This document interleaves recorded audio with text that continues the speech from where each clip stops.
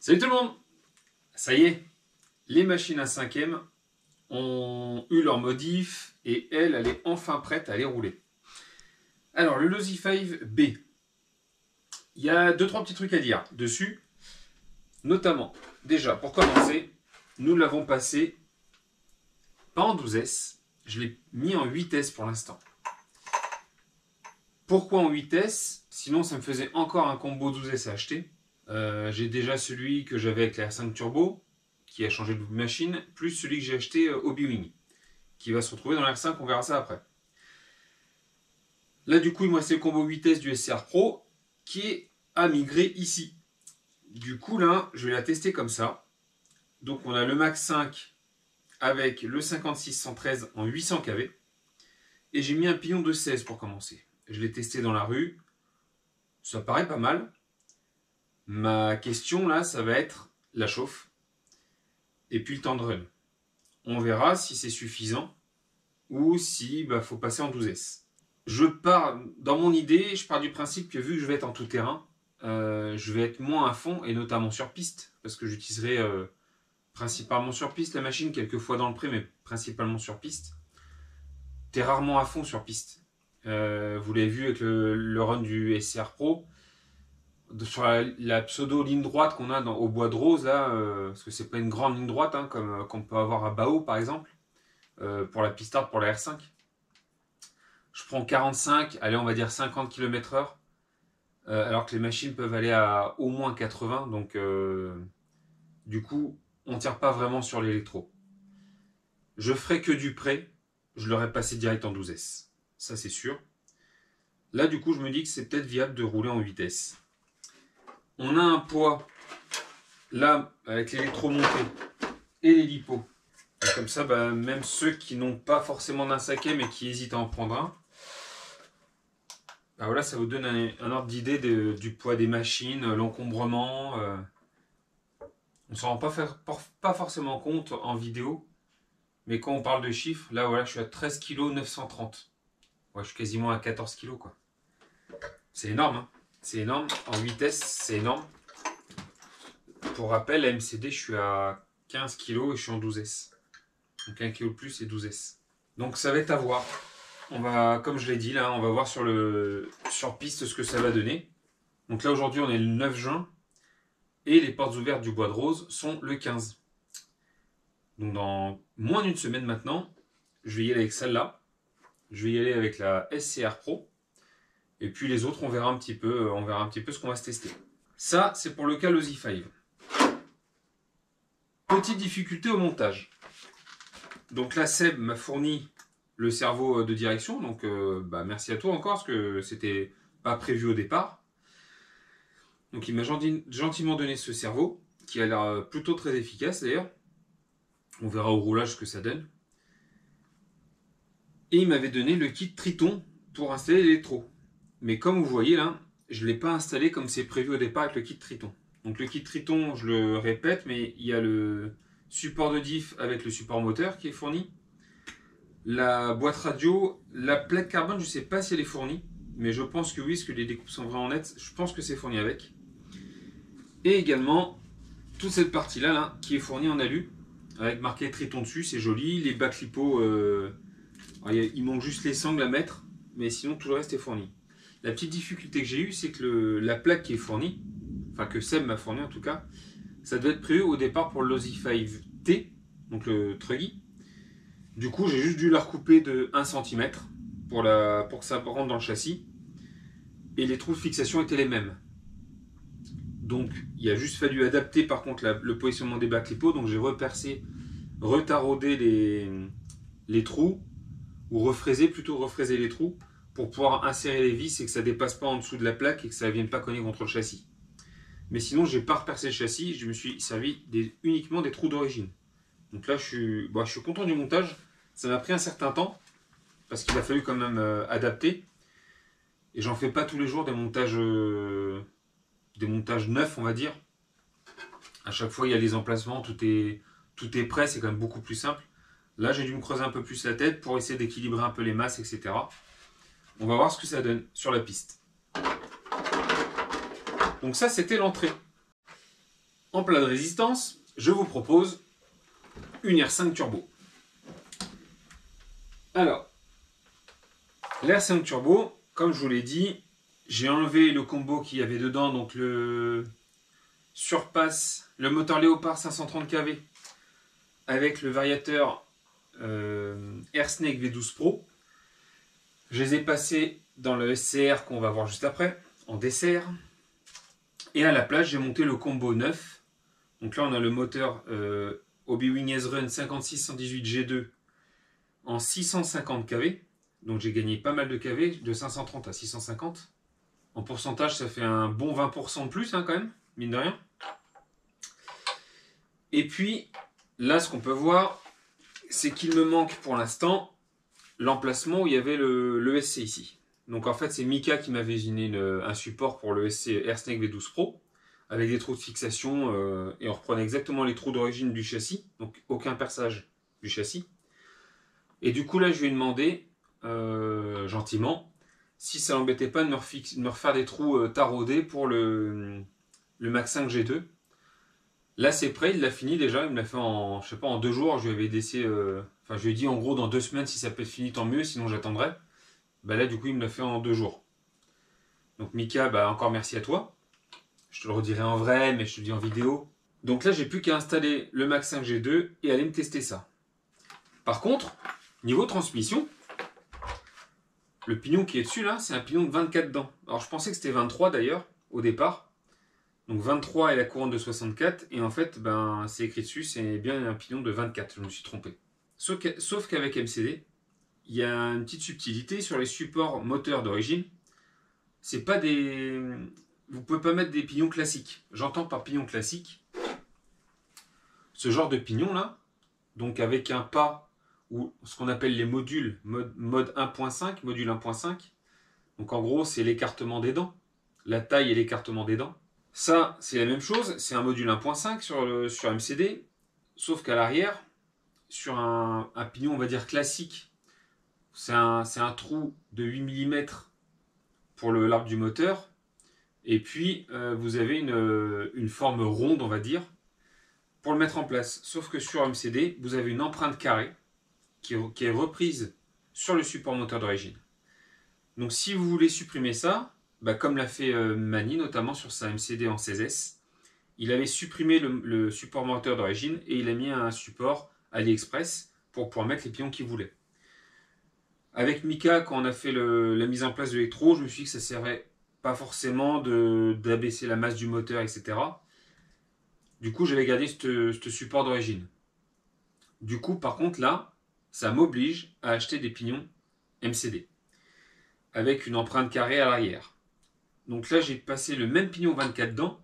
J'ai un professeur qui est sur le trajet là, qui va venir vous faire une petite démonstration mathématique sur le calcul du pignon et de la vitesse. Là, c'est pour l'R5. Passons au dessert. Le dessert, c'est lui, le Smithmaster SCR Pro.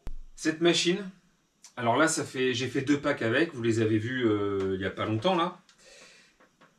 Esthétiquement, je persiste à dire que c'est la plus belle 1.5 TT short course qu'on puisse avoir, à mon avis. La MCD, la 12i5T, la 30 degrés nord, etc. C'est sympa, mais celle-là, niveau esthétique, elle est super jolie. Par contre, son point fort, sa carrosserie, c'est également, à mon avis, son plus gros point faible. On l'a déjà vu, la carreau à l'avant, ça bouge. Sur les côtés, elle dépasse du châssis, du coup, quand on tape en dessous, bah, c'est la carrosserie qui prend en premier. Je l'ai fissuré. Dans le passage de roue, ça frotte. Alors ça me fait la même chose sur d'autres machines, mais sur une machine à 1200 et quelques euros, au bout de 5 minutes de roulage dans un pré, quand il t'arrive la peinture qui se barre, t'as vraiment les boules, je vous le confirme. Et là, je vous avais dit au dernier run que j'allais recouper la carrosserie au niveau du pare-choc à l'avant là, et sur les côtés pour que ça puisse passer. Je vais chercher la meuleuse tout de suite. Mais non. Mais non, je peux pas faire ça. Ça me fout trop les boules de la couper, la carreau. Elle est vraiment chouette. Il nous faut une carreau avec une cage donc renforcée, esthétiquement superbe. Et en gros, c'est fait pour rouler comme un crawler en scale dans un pré sans trop forcer en vitesse. Il y a un truc qui colle pas, quoi. Moi, cette machine, je veux la rouler dans le pré, évidemment, mais pour envoyer un petit peu. Je veux pouvoir faire du circuit avec. Elle est renforcée. La transmission, franchement, ça a l'air costaud. J'apparente vraiment ça à la MCD niveau transmission. Même si les cardans ne sont pas des cardans à billes, etc. C'est légèrement différent. Ou même un le même Holosy 5B, ça ressemble un peu hein, niveau transmission. Tout ça se rejoint de toute façon. Mais du coup, je ne pouvais pas me résigner à la couper. Et je m'étais dit, pourquoi, à un moment donné, pourquoi ne pas essayer d'enlever la carrosserie et de garder juste la cage, comme on peut faire sur une MCD par exemple. Et puis j'en parle avec 2-3 copains, dont Mika, Cactus, et qui me dit, bah, pourquoi tu n'essayes pas de l'enlever? Je suis venu au garage, j'ai pris ma visseuse, 5 minutes après,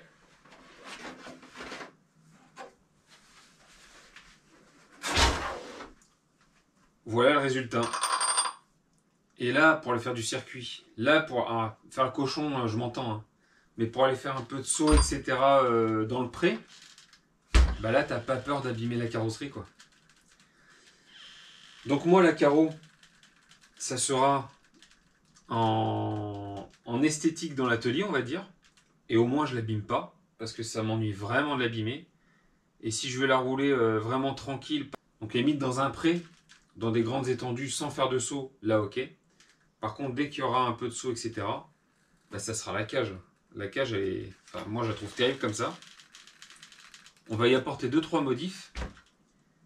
Alors, j'ai mis une petite paire de cerises à l'arrière, hein, évidemment. Petite dédicace à PLS. Ce que je vais y apporter en plus, c'est que je vais mettre des plaques de tôle, là, sur le côté. Donc, argenté. J'aimerais bien les peindre. Je sais pas, par contre, si ça tiendra sur la tôle. Je pense que dès que ça va frotter, ça va partir. Mais on essaiera quand même. Plaque de tôle sur le côté, pareil des deux côtés. On va se mettre un petit morceau de plaque à l'avant ou pas, je ne sais pas encore. Peut-être un petit morceau de plaque, je ne sais pas. Sur le toit évidemment et à l'arrière. Donc ça fera 4 morceaux, 2, 4, 5, ça fera 5 morceaux à mettre en place. Avec peut-être ici, j'essaierais bien de faire un truc avec un numéro ou un truc, j'aimerais bien. On va essayer de se faire un truc sympa. Je prendrai le temps qu'il faut. De toute façon, pendant l'été, j'ai un petit peu de vacances, donc j'essaie de me faire ça sur une journée. Pour l'instant, je vais la rouler comme ça, on va tester. Et le gros point en plus positif que je vois à ça, au fait d'enlever la carrosserie, c'est que la carreau là, a fait 1,2 kg. Donc déjà, tu retires 1,2 kg à la machine. Si en plus, je passe ces roues là, donc ça c'est des roues que j'ai achetées alors d'occasion, mais elles sont neuves, d'occasion sur le bon coin. Déjà, on va gagner, on passe en 180 au lieu de 190, donc vitesse de rotation un peu moins inférieure. Par contre, ça va économiser un peu plus la transmise, parce que là, pour rappel, on a 780 grammes, et là, on a 788 grammes, et là, 640. Donc en gros, on gagne 145, on va dire à 150 grammes, on gagne 600 grammes sur les 4 roues. 600 grammes plus 1,2 kg, on gagne 1,8 kg sur le poids de la machine de départ. 1,8 kg, et en plus de ça, je suis passé de vitesse, comme vous vous doutez maintenant, après avoir vu les machines avant, on est passé de 8S à 12S. J'ai remis le Airsnake V12 Pro qui est là. Donc ouais, elle n'est pas bien nettoyée. J'aime pas passer un coup de compresseur lors du dernier run au circuit. Faudra peut-être que je le fasse quand même, ça fait un peu crado, c'est pas très sérieux l'histoire. Le moteur Léopard 56 100 ou 55 113 en 530 kV. J'ai juste changé ça. Je vous ferai un bilan après le 5e run. Justement, suite au montage des montages électro, là, j'ai vu des choses bien pensées, notamment au niveau de tous les supports électro. Mais je trouve qu'également là-dessus, bah, il y a un défaut. Il y a des défauts. Donc ça, tout ça, je vous ferai un petit bilan au bout des 5 premiers runs. Là. On parlera de tout ça, de la carreau, l'implantation électro, le fait que là, le châssis ne touche pas par terre. Donc du coup, ben, qu'est-ce qu'il ramasse? Ben, c'est les amortos, ça va venir taper dans le haut de la morteau. La tige va venir forcer en haut. Donc j'ai peur d'exploser les bouchons ou autre, je sais pas trop. J'ai un peu peur d'exploser quelque chose. Donc faut vraiment pas faire de gros sauts avec. Et là du coup, je suis passé sur un pion de 19 dents. Là encore, le professeur qui est juste derrière vous, là, qui va arriver, va vous faire une petite démonstration des calculs donc pour la MCD et pour le Smithmaster. Hop, on remballe ça et je laisse la place au professeur. Bonjour, pardon du retard. Bonjour. Mon nom est Igor Gonzola. Merci de respecter ce nom. Aujourd'hui, démonstration mathématique. Écoutez, ça va aller vite. Parlons du cas de la MCD. Nous avions 12S 530 kV moteur au moteur 87 km/h et un pignon de 24 dents. D'accord? PLS, tu te calmes. Oui, Cactus. Qu'est-ce que c'est 12S? Ok, toi, tu reviendras sur la vidéo. L'électro, les batteries. C'est compris? Très bien. On continue. Nous sommes passés en 12S 650 kV. Quelle vitesse allons-nous atteindre? Quel pignon faut-il? Commençons d'abord Par le nombre de dents théorique qu'il faudrait pour la même vitesse. Le calcul est simple. 12S, on supprime. 530 fois 24 divisé par 650. Ça, c'est égal à 19, quelque chose. Bref, 5 Environ. Le plus sage, 19 dents. Pourquoi? Pourquoi? Je vous écoute. Ah, vous ne savez pas. La chauffe. Nombre de tours moteur supérieur. Plus de chauffe. Logique. Problème. Comme l'a dit tout à l'heure Juju. Pas d'autre pignon. Il n'a qu'un pignon de 24 dents. Aïe aïe aïe. Quelle vitesse avec pignon de 24 dents? Juju a acheté pignon 19, 20, 21. Disons 20 peut-être. Ok. Ensuite, nous avons... Nous recommence. On repart de zéro. Écoutez, bon Dieu. 12S. 530 kV. Toujours pareil. 87 km/h. Le pignon ne change pas. Nous avons toujours 12S. 24 dents. Par contre, 650 kV. 650 fois 87. Oui, produit en quoi? Bien, Mani, tu écoutes ce qu'on te dit.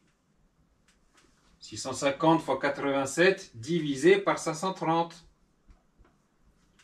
est égal à 106,7 km/h. Vitesse théorique. Juju testera sur parking. Speedrun. Vitesse théorique. Si exact. Ok? KMCD. Ensuite, SCR Pro.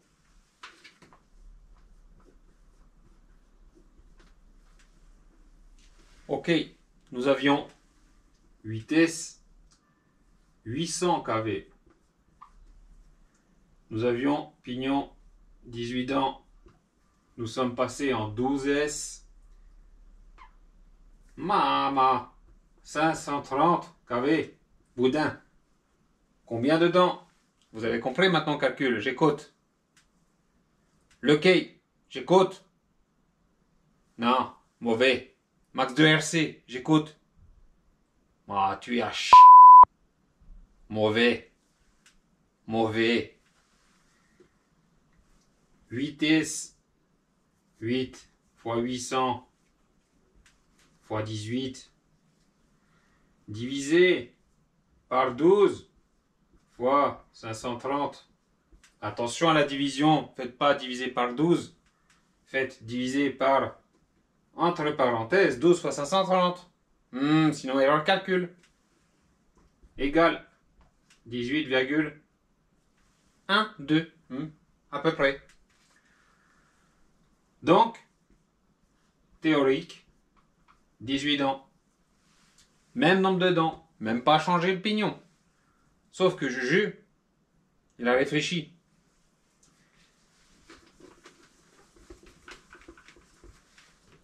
Moins 1,2 kg avec la carreau. Moins 600 grammes avec les roues. Moins 1,8 kg. Pourquoi ne pas essayer 19 dents? On pourra essayer peut-être monter. D'abord, il faut tester. Ne pas forcer. Toi, mettre pignon de 25, 26. Toi, chauffer. Toi, peut-être cramer moteur. Peut-être abîmer l'hypo. Pas très très bon tout ça. Ok, c'est bon pour les calculs, je peux y aller? Sur ce, mesdames, messieurs, je vous souhaite une très bonne journée. Au revoir. Ils sont nuls, tes élèves, Juju, ils sont nuls. Au revoir, professeur. Au revoir. Ouais, je sais pas ce qui m'est passé par la tête. Je suis désolé pour ce moment.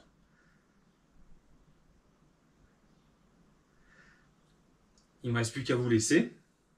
J'espère malgré tout que c'est assez clair, que je me suis pas trop déchiré en faisant l'idiot. Et puis on se fera les tests sur le terrain pour voir si tout ce que j'ai dit est viable ou si j'ai dit n'importe quoi.